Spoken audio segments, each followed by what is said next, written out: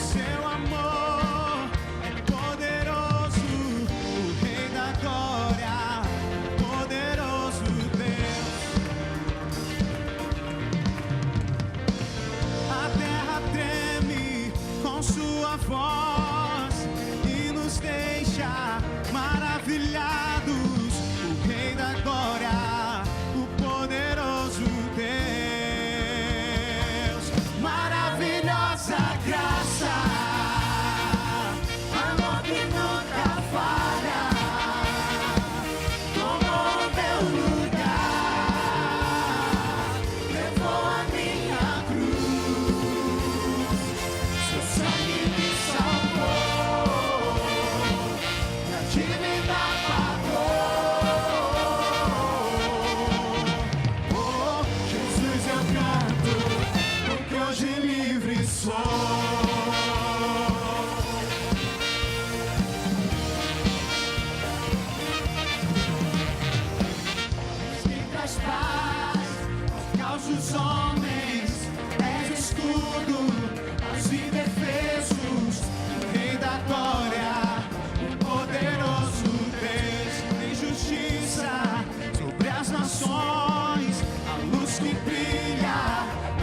escuridão, Rei da glória, o poderoso Deus.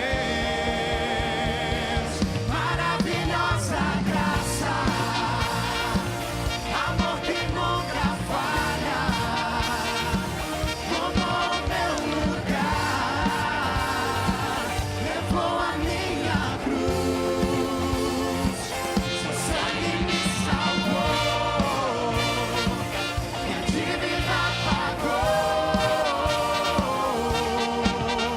Oh, Jesus, eu canto, porque hoje livre sou. Hoje livre sou.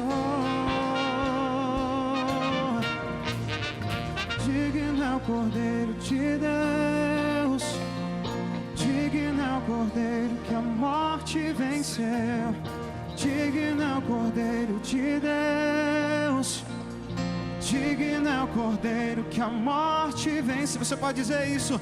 Digno é o Cordeiro de Deus, digno é o Cordeiro que a morte venceu, digno é o Cordeiro de Deus, Ele é,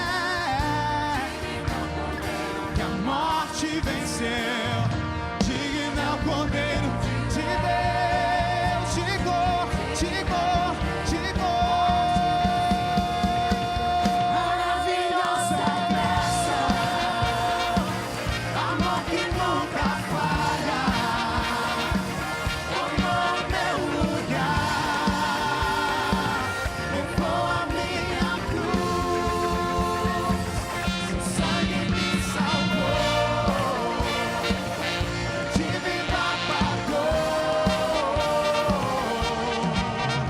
Oh, Jesus, eu canto, porque hoje livre sou.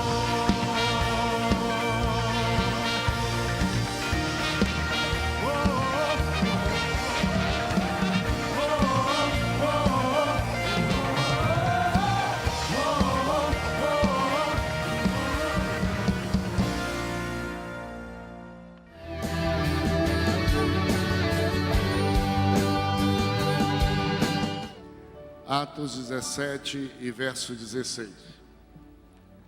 E mais alguns textos que eu vou pedindo, versos desse capítulo tão importante. Enquanto Paulo esperava em Atenas,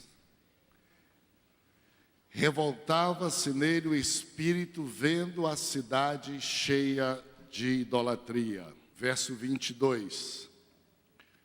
Então Paulo, levantando-se no meio do Areópago, disse: varões atenienses, em tudo vejo que sois excepcionalmente religiosos, porque passando eu e observando os objetos do vosso culto, encontrei também um altar, em que estava escrito: ao Deus desconhecido.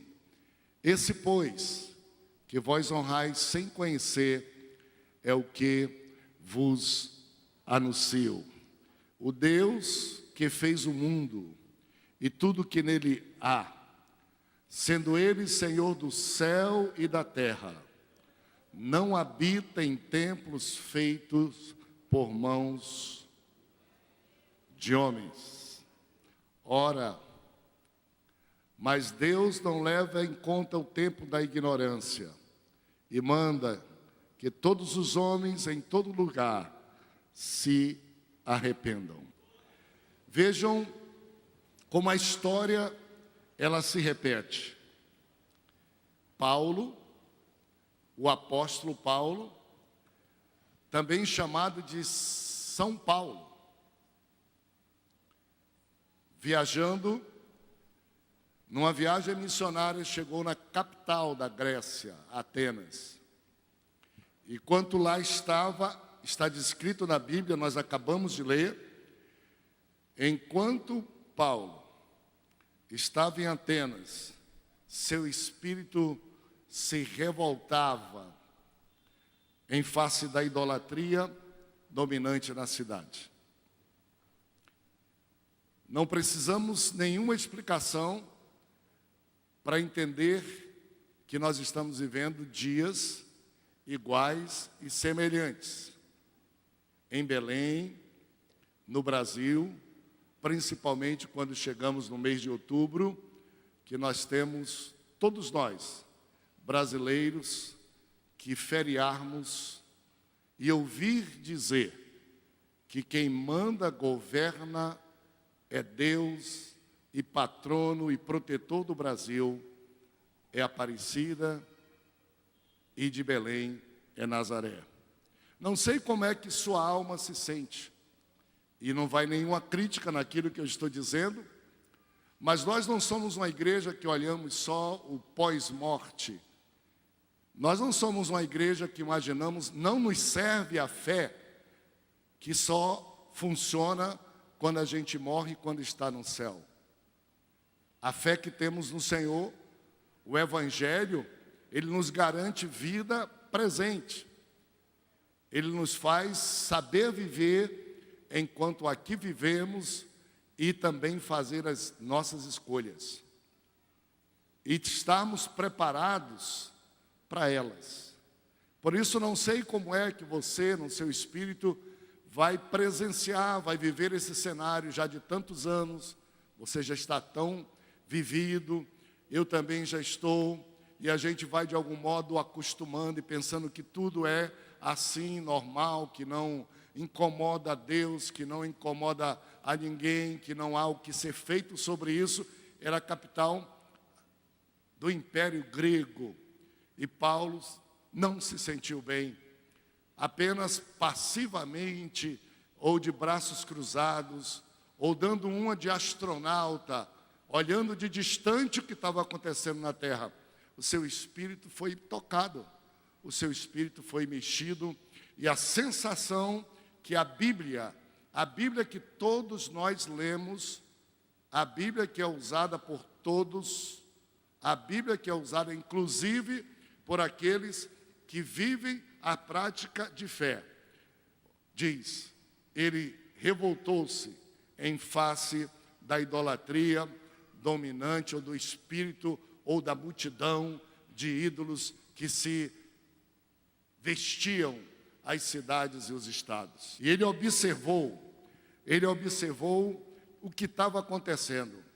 E ele foi no lugar da religiosidade da cidade de Atenas, no lugar chamado Areópago, que era o lugar dos deuses.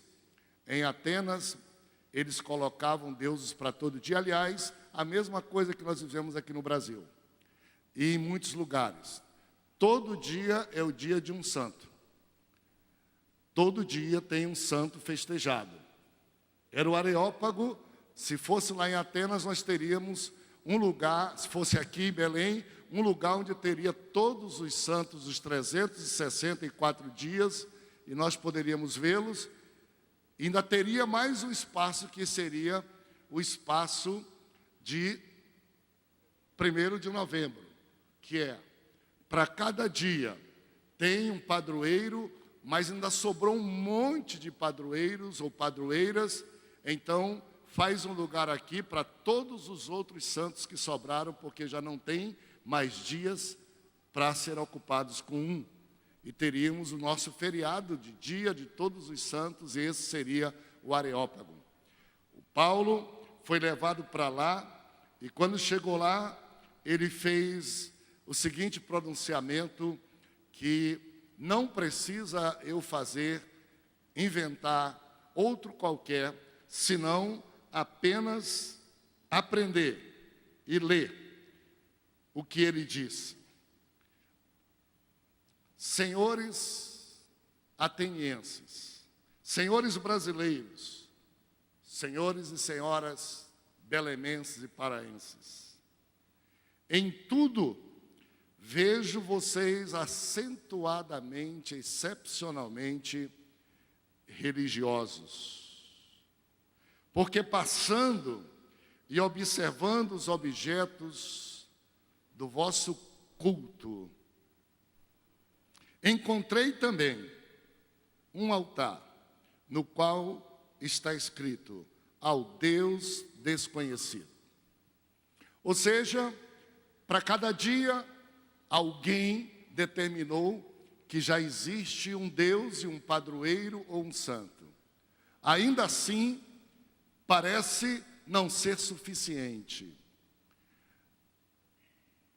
Todos os demais que foram criados ou inventados sobram para um dia de todos eles. Mas além de toda essa religiosidade de vocês, eu observei um cuidado. Vocês ainda criaram um altar e colocaram aos deuses que nós não conhecemos.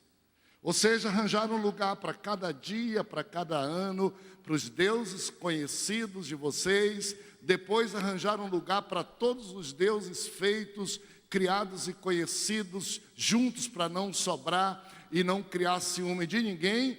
Mas ainda assim vocês disseram que existe e vocês admitem um que é desconhecido.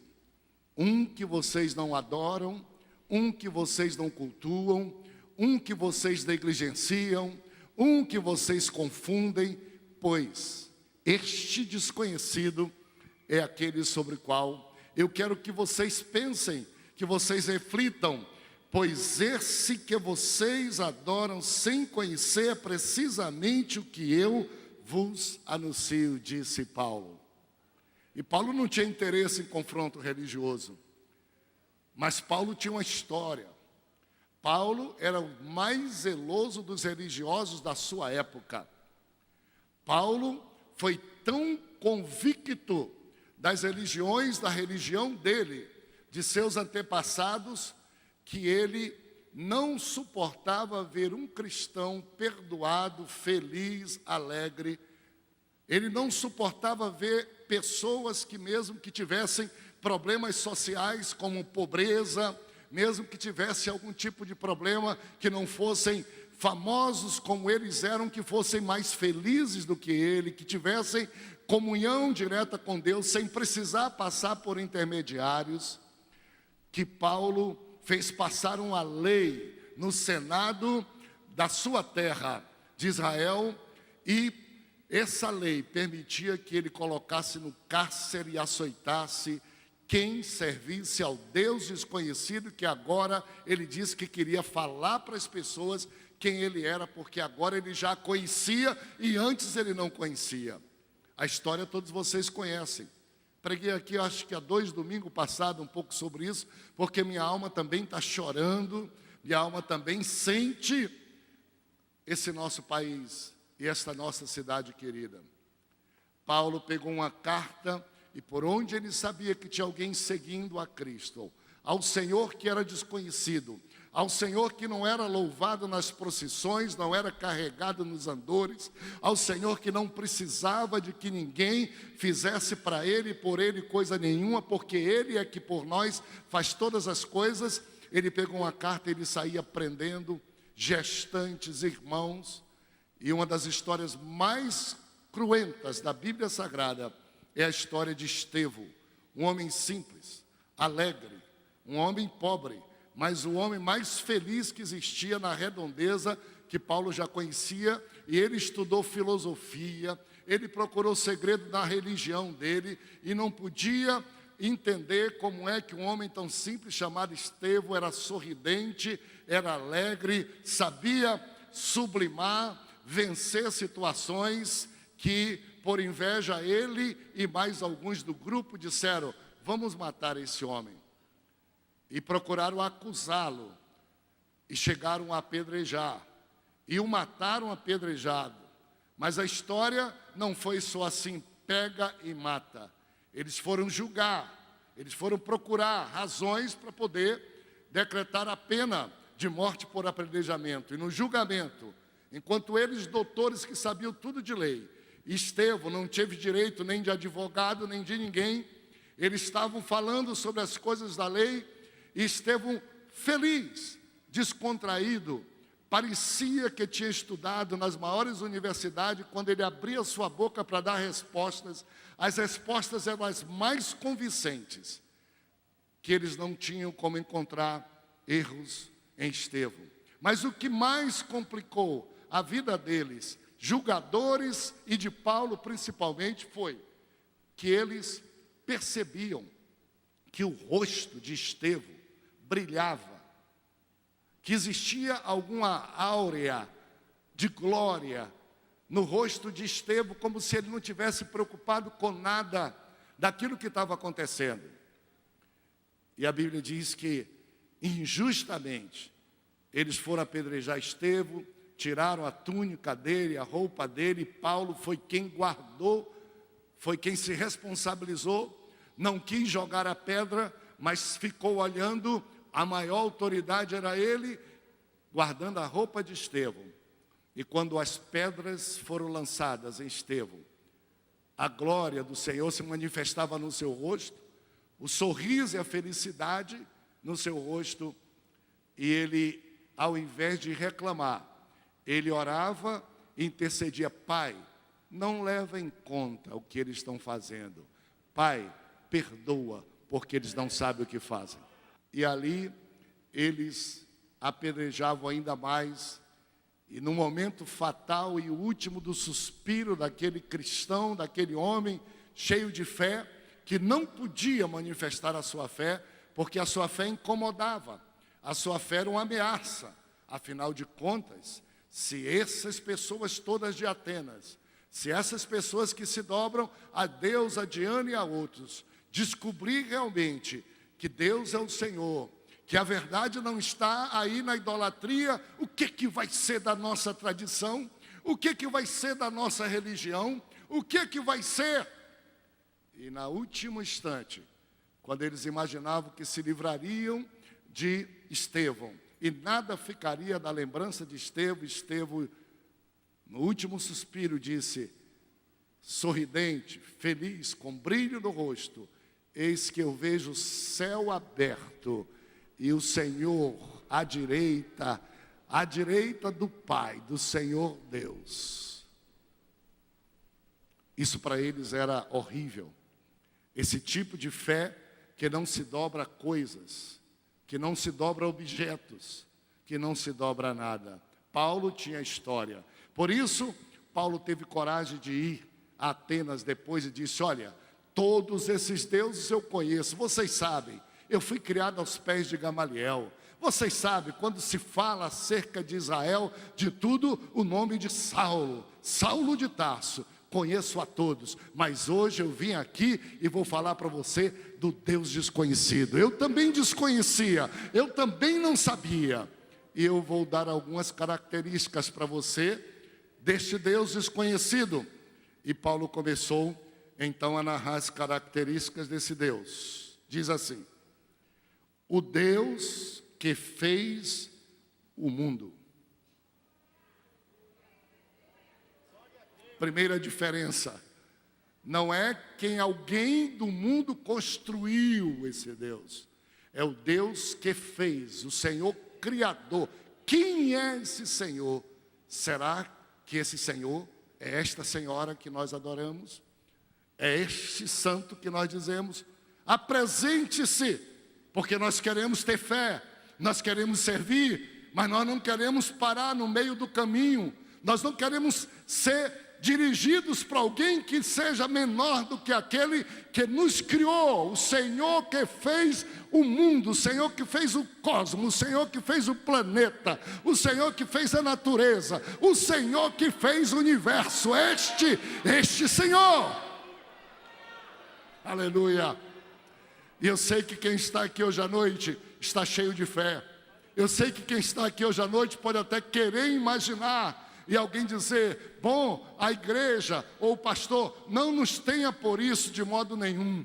Nós também passamos por essas fases. Aqui ninguém nasceu santo, aqui ninguém nasceu anjo, aqui ninguém é perfeito, mas todos nós temos sede e fome de Deus, e na procura de Deus para preencher o nosso coração. A santa não resolveu, a imagem não resolveu, o culto a seres criados não resolveu, porque Deus não está longe de nós. Ele se dá a conhecer, e Ele mata a nossa fome e a nossa sede da sua presença, sem que ninguém precise se interpor entre nós.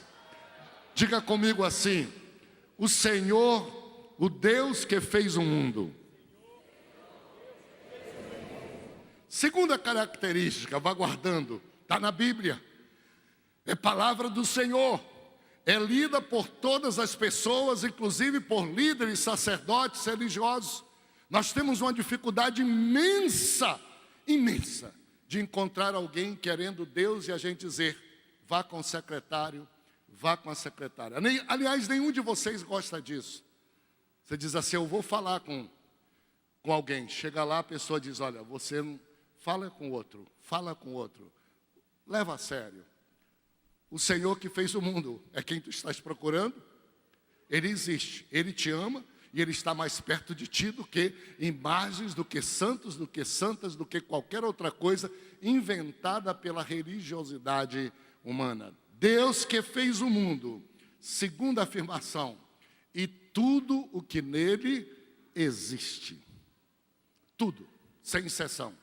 Vá pensando, vá fazendo, vá lembrando, e você vai perceber como é que o Senhor Deus não só fez, como Ele mantém esse universo tão equilibrado, esse universo tão definido, esse universo tão sistemático, para servir a nós seres humanos como uma casa habitável. Ele sustenta, ainda que o homem se volte contra tudo isso, ainda que as queimadas queiram acabar com a ecologia, o Senhor sustenta. Há uma promessa de Deus que enquanto durar a civilização humana, não faltará noite e dia, não faltará chuva e sol, não faltará verão e inverno, não faltará. Ainda que o homem queira se levantar contra isso, o Senhor tem compromisso conosco. E a gente compra no supermercado não é porque os homens fizeram. Compra no supermercado é porque eles pegaram o que Deus fez e vendem para a gente, porque é mais fácil. Mas quem fez não foram eles. Tudo que existe, inclusive nós. Inclusive o ser humano. Tudo que existe no mundo, inclusive o ser humano. Que os cientistas estão tentando da melhor forma possível, chegam muito perto de alguma coisa, mas nunca imaginam e nem chegarão a fazer existir do nada o ser humano. Para eles fazerem qualquer coisa, inclusive na ciência, eles partem do já existente. Para eles fazerem fecundação in vitro, para eles fazerem o que se chama aí de laboratórios de reprodução assistida, para fazer clone e tudo, só partem de alguma coisa existente já dada por Deus. Não consegue fazer do nada coisa nenhuma. Tudo que há. Terceira afirmação. Ele é Senhor do céu e da terra. Ele não é Senhor, Senhora, só de aqui, de um pedaço, só de baixo, só daqui para baixo, não. Ele é Senhor sobre tudo, Senhor no céu, Senhor na terra, Senhor no que tudo há, Ele é Senhor. Então vá vendo, Ele fez o mundo, Ele fez tudo que existe, e Ele é Senhor sobre todas as coisas. É este que você procura para servir, para confiar sua paz, seu perdão, sua alma, sua fé, sua proteção, seu futuro, sua eternidade. Então Paulo diz a esse Senhor desconhecido, no meio de toda essa parafernália de deuses, de todas essas manifestações, aí Paulo diz mais, olha só, não habita em santuários feitos por mãos humanas, não precisa da ajuda do ser humano para existir e para habitar. Não existe. De nenhum esforço humano para criar, para defendê-lo, para promovê-lo, porque Ele é. Verso de número 25. Ele não é servido por mãos humanas, como se de alguma coisa precisasse, pois Ele mesmo, atenção, Ele mesmo é quem a todos dá vida, respiração e todas as coisas demais, louvado seja Deus. Tão desconhecido, tão desprezado, tão misturado, tão pouco proclamado pela mídia, pelos governos, e às vezes pela religião também, mas Ele foi quem fez o mundo, tudo que nele há, é Senhor de todas as coisas, não depende de mãos humanas, não precisa, e Ele é quem a todos dá vida, respiração, saúde, talentos, vocação, sonhos, ideias e tudo mais Ele dá, apesar de ser desprezado, apesar de ser confundido, apesar de todas as coisas, até mesmo perseguido, Ele continua sendo à sua disposição, a hora que você quiser, a custo nenhum. Não precisa dar dízimo, não precisa dar oferta para chegar nele, não. Da dízimo e da oferta é quem já chegou, já o ama, já serve, quer que ele seja conhecido mais e sabe que aqui na terra precisa pagar dinheiro para luz, energia e quer promover a salvação de outras pessoas, aí sim, mas com ele não se compra por dinheiro, não se compra por promessa, não se compra por penitência, não se compra por purgatório, não se compra ele porque ele de nada precisa. Aleluia, aleluia. Como é bom a gente ver semelhanças daquilo que aconteceu nesse caso, 2000 anos, na grande capital Atenas, que até hoje muita gente pega aqui e vai passear na Grécia, nas ilhas da Grécia, mas como é bom também a gente poder aprender lições ocorridas naquele lugar. Não, Ele é quem todos dá vida e tudo mais. Verso 28, a descrição simples, singela dele, que deveria ser proclamado no Sírio, deveria ser proclamado nas procissões de Aparecida. Alguém deveria ter misericórdia das vidas que procuram Deus, e alguém deveria subir e dizer assim: olha, se vocês querem a nossa tradição, se vocês querem a nossa história, ninguém pode impedir, mas se vocês querem Deus, o Deus que fez o céu e a terra está à disposição de vocês, está perto de vocês. O Deus que nos dá vida, saúde e tudo mais, está à disposição de vocês. Se vocês não quiserem, podem procurar outros deuses. Poderiam fazer como disse Josué e dizer assim: se vocês querem servir a outros deuses, verdade, Estado democrático, podem servir, mas eu e minha casa servirei ao Senhor que aqui está, o Senhor que fez os céus e a terra.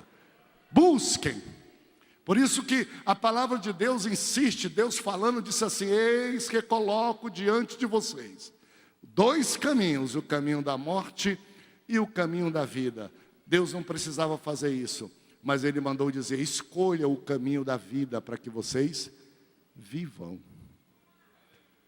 Que o Brasil tenha essa alternativa, que o Brasil tenha essa opção, que não seja o pensamento de que vai crescer se é evangélico, se é isso, se é aquilo. Nós não estamos tratando disso, Deus não trata disso, Deus trata da felicidade das pessoas, Deus trata da bênção e da salvação, do perdão, da paz das pessoas. As agências, a Bíblia até diz que uns fazem por porfia, outro por vanglória. No final a Bíblia tem até que dizer assim: quanto a isso, não há nenhum respeito e nenhuma validade, mas pelo menos importa que seja anunciada a verdade para que as pessoas tenham o direito de escolher a verdade que nelas têm. Por fim, olhe só, verso de número 28. Com que eu quero terminar. Pois nele nós vivemos, nos movemos e existimos. Um outro estágio já de afirmação.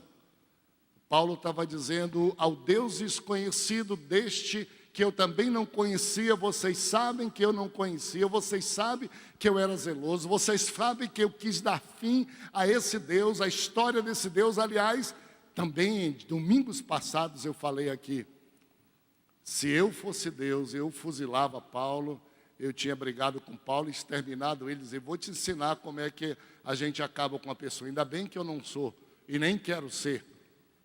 A paciência, o amor de Deus é tão grande, eu não sei como injustamente as pessoas atribuem Deus ele ser indiferente, surdo, cego, que não atende as pessoas, e por isso é preciso fazer uma volta através de intermediários, através de santos, através disso para chegar a Ele, porque até Paulo saiu com seu exército para acabar com a igreja daqueles que criam e tinham essa fé.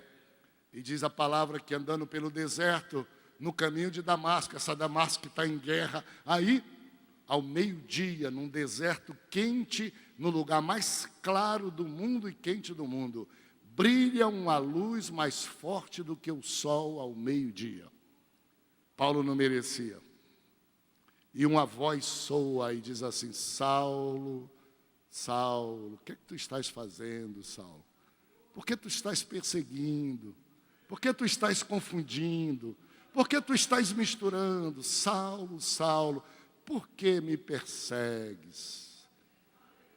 Saulo cai da sua mão, do seu animal, montaria, e ele cai sem enxergar nada, e ele diz assim: quem és tu, Senhor, para que eu te sirva? E a doce resposta de Jesus foi: eu sou Jesus, a quem tu persegues, a quem tu desprezas. E Paulo teve um temor horrível, porque imagina só encontrar com alguém tão poderoso assim, a quem ele perseguia, se restaria para ele somente a morte. Mas o Senhor disse: mas levanta-te, Paulo, bate a poeira, entra na cidade, e eu já reservei lá um homem chamado Ananias, o endereço dele é na rua direita, vai lá, ele vai fazer uma oração, e quando ele fizer uma oração a esse Senhor, a mim, que fiz céu, a terra, tudo que nele há, os teus olhos vão se abrir de novo, mas vão se abrir para uma vida bem melhor. E daí para frente, Paulo, você vai ser responsável para disseminar, divulgar a sua história e esta mensagem ao Deus desconhecido que as multidões e as cidades às vezes insistem de negar.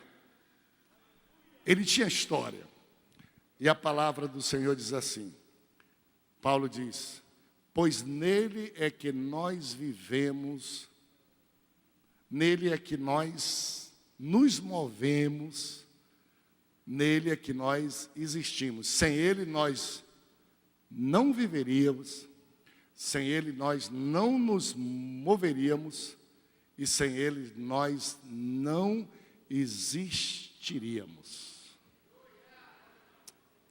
Procure quem foi que fez o céu, a terra, tudo que nele há. Quem não precisa de mãos humanas para lhe ajudar, porque só existe para nos ajudar. Quem não precisa ser levado e trazido. Procure alguém a quem você possa atribuir a sua existência, mas não atribuir negligencialmente, atribuir de verdade a sua existência, a sua mobilidade, a sua vida. E a esse Deus, ao único Deus, seja a glória, o culto, a adoração, a fé que você tenha para dedicar a Ele, a único. Ninguém vai ficar mais chateado não, que se sirva a Deus. Impossível que Maria, hoje chamada de Maria de Nazaré, Aparecida, Socorro, Fátima, impossível que ela ficasse com ciúme, porque ela mesmo, quando foi buscada para resolver uma coisa num casamento, ela percebeu que ela não podia resolver, e ela disse: olha, procure ele, o que ele disser, façam, porque é ele e não eu. O que ele disser, vocês devem fazer. Não tenho nenhuma preocupação nenhuma. Houve um diálogo dele com Maria. E Maria chegou e tinha gente olhando. E Maria foi conversar e quis dar ordem. Algumas pessoas pensam que Jesus foi mal criado, mas não foi. Jesus nunca foi mal criado com sua própria mãe. Jesus não precisava fazer algumas coisas que ele fez por causa das pessoas, para que as pessoas entendessem. Na ocasião que Lázaro estava morto há 4 dias, não queriam nem que ele chegasse ao túmulo, porque cheirava mal.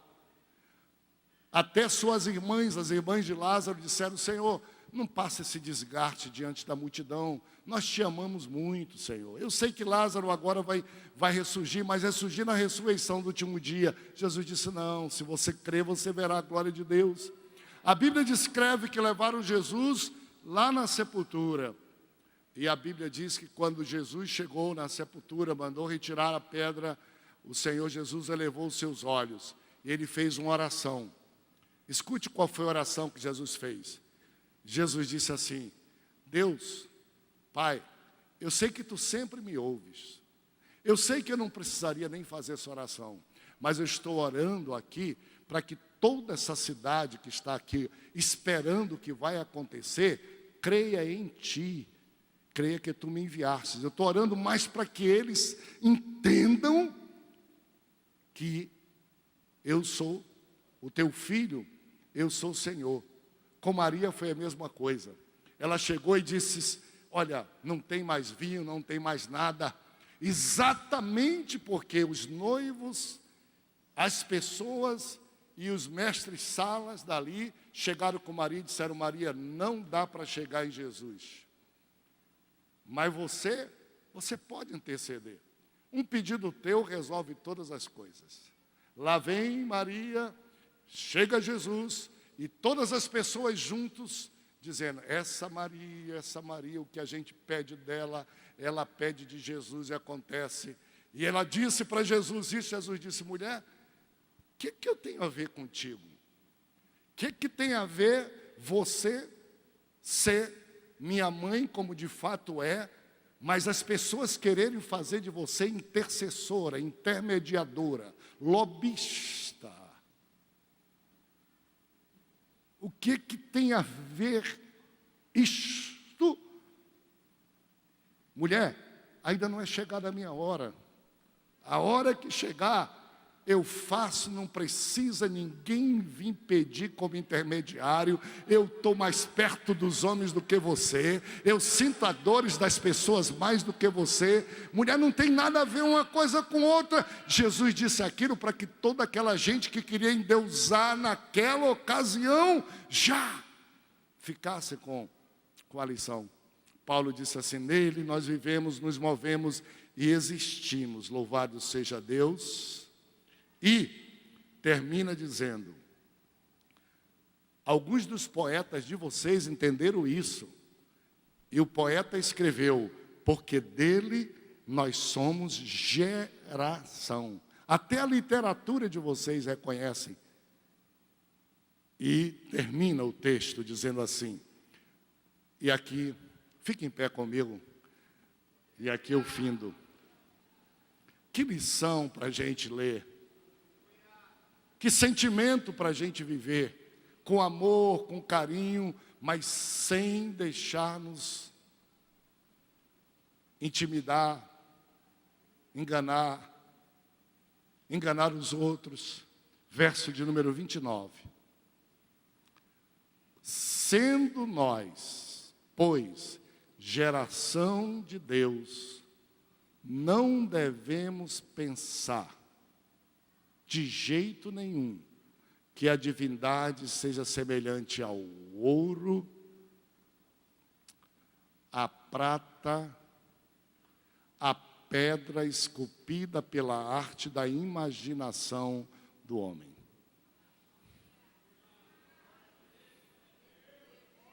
Sendo nós geração de Deus, não podemos confundir, não podemos nos reduzir, não podemos admitir que deixar que se pense, temos uma missão, que Deus é semelhante ao ouro. Eu fico impressionado quanto hoje os meios dizem, fazem questão de divulgar, que é de ouro. Os tecidos, as peças, os andores, as berlindas, os mantos, os cartazes de ouro, para tentar parecer.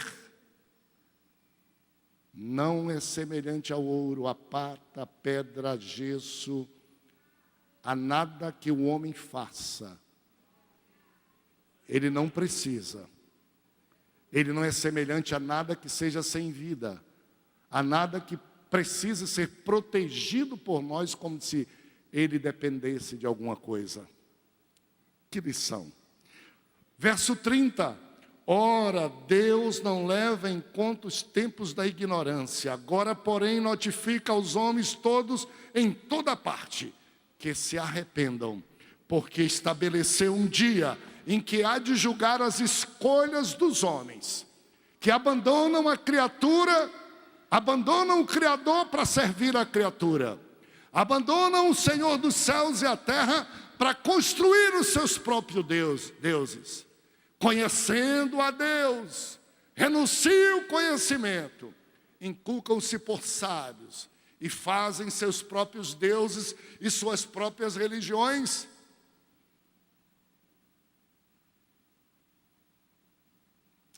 A Bíblia, a palavra do Senhor que nós lemos tantos. Há 3 pequenos exemplos. Um deles está em Atos capítulo 14. Paulo e Barnabé foram à cidade de Listra.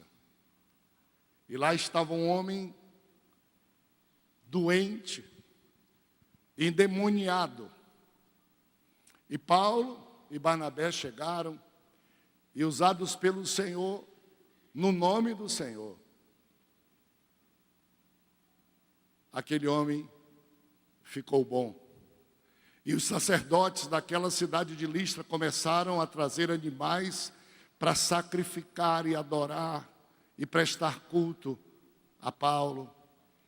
Quando Paulo percebeu disso, ele deu um pulo, ele saiu fora e disse: não façam disso de jeito nenhum.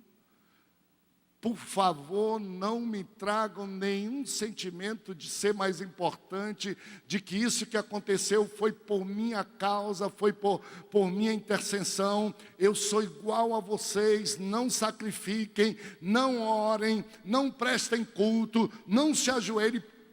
São Paulo fez isso. No capítulo 22 de Apocalipse, vocês podem ler em casa, o anjo do Senhor mandado para revelar a João tudo o que havia de acontecer, ou grande parte da curiosidade do ser humano, desconhecido das últimas coisas do Apocalipse, o livro do Apocalipse, no verso capítulo 22, quando vai se encerrar o livro de Apocalipse 22, 8 e 9, João, tão deslumbrado com tudo aquilo, com o amor de Deus, que se interessou de esclarecer para ele aquilo que nenhum ser humano podia conhecer, abrir a cortina da eternidade para mostrar algumas coisas. João caiu aos pés do anjo, o anjo do Senhor, mandado para revelar a João a revelação do Apocalipse. E o anjo do céu, diz a Bíblia, colocou textualmente, olha o que diz a Bíblia: e eu, João, São João, sou quem ouviu e quem viu essas coisas. João podia dizer: eu sou tal.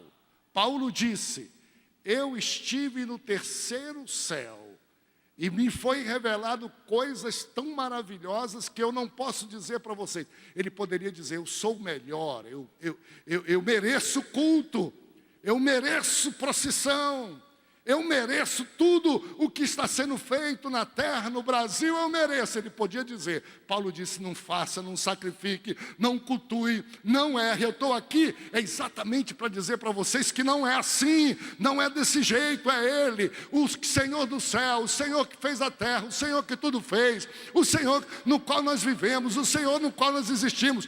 O meu Senhor é Senhor de vocês igualmente, eu não posso ser elevado a condição nenhuma. João disse, depois que eu vi tudo isso, olha só, eu vi e ouvi.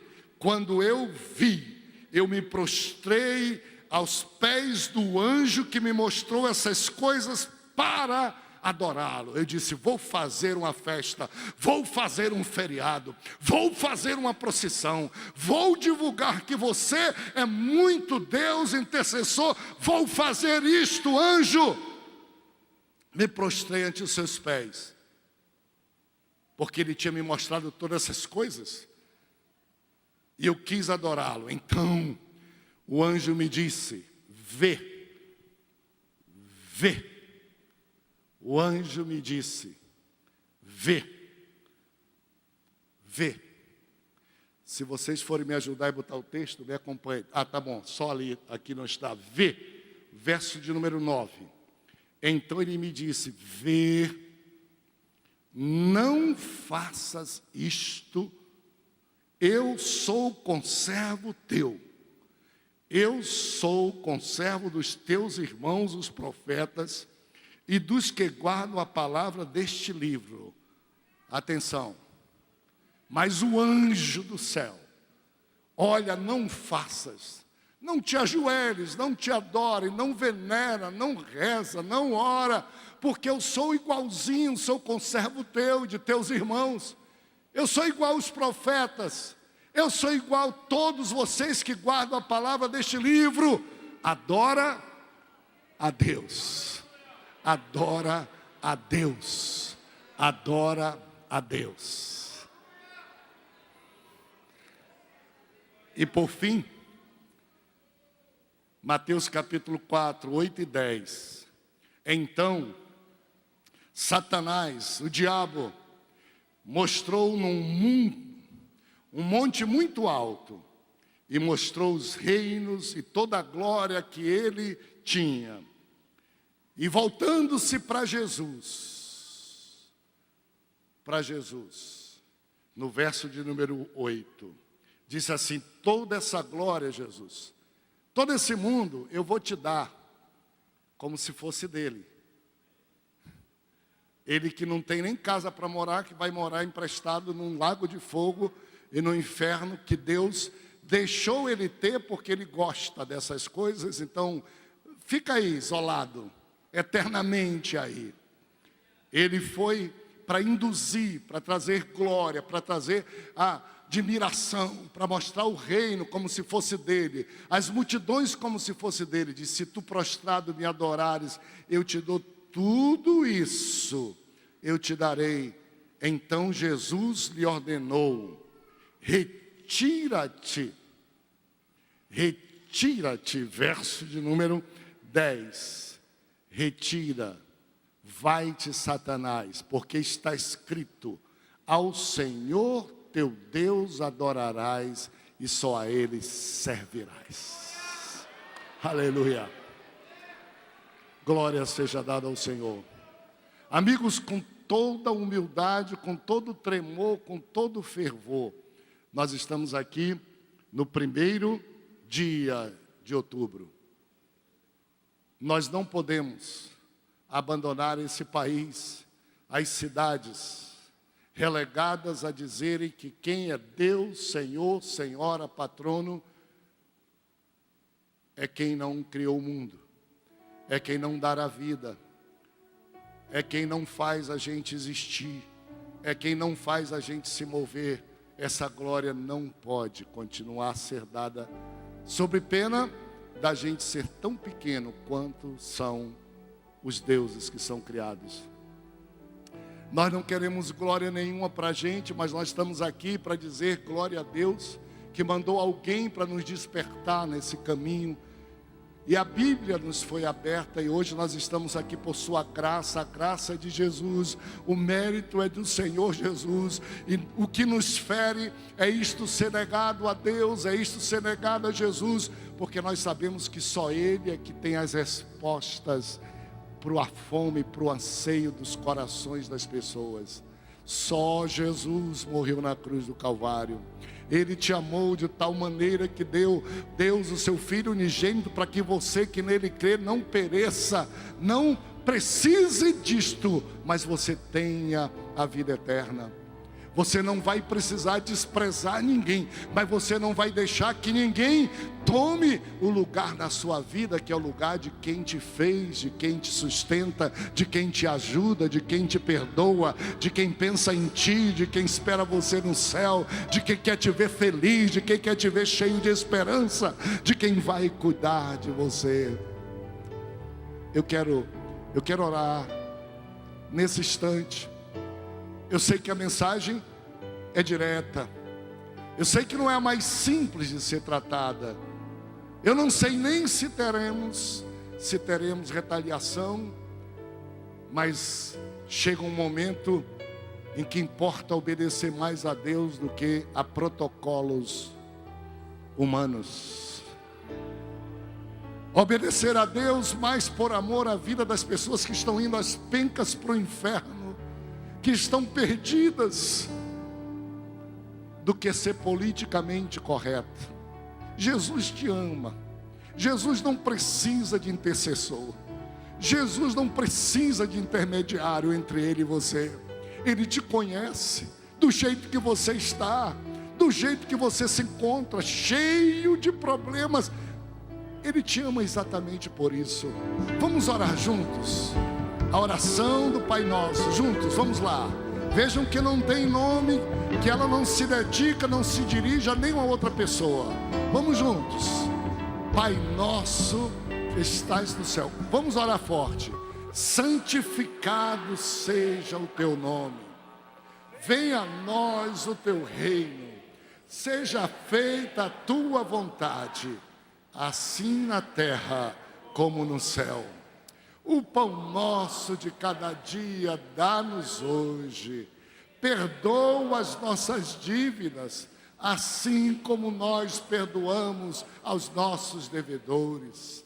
Não nos deixes cair em tentação, mas livra-nos do mal, porque teu é o reino, o poder e a glória para sempre. Amém. Aleluia.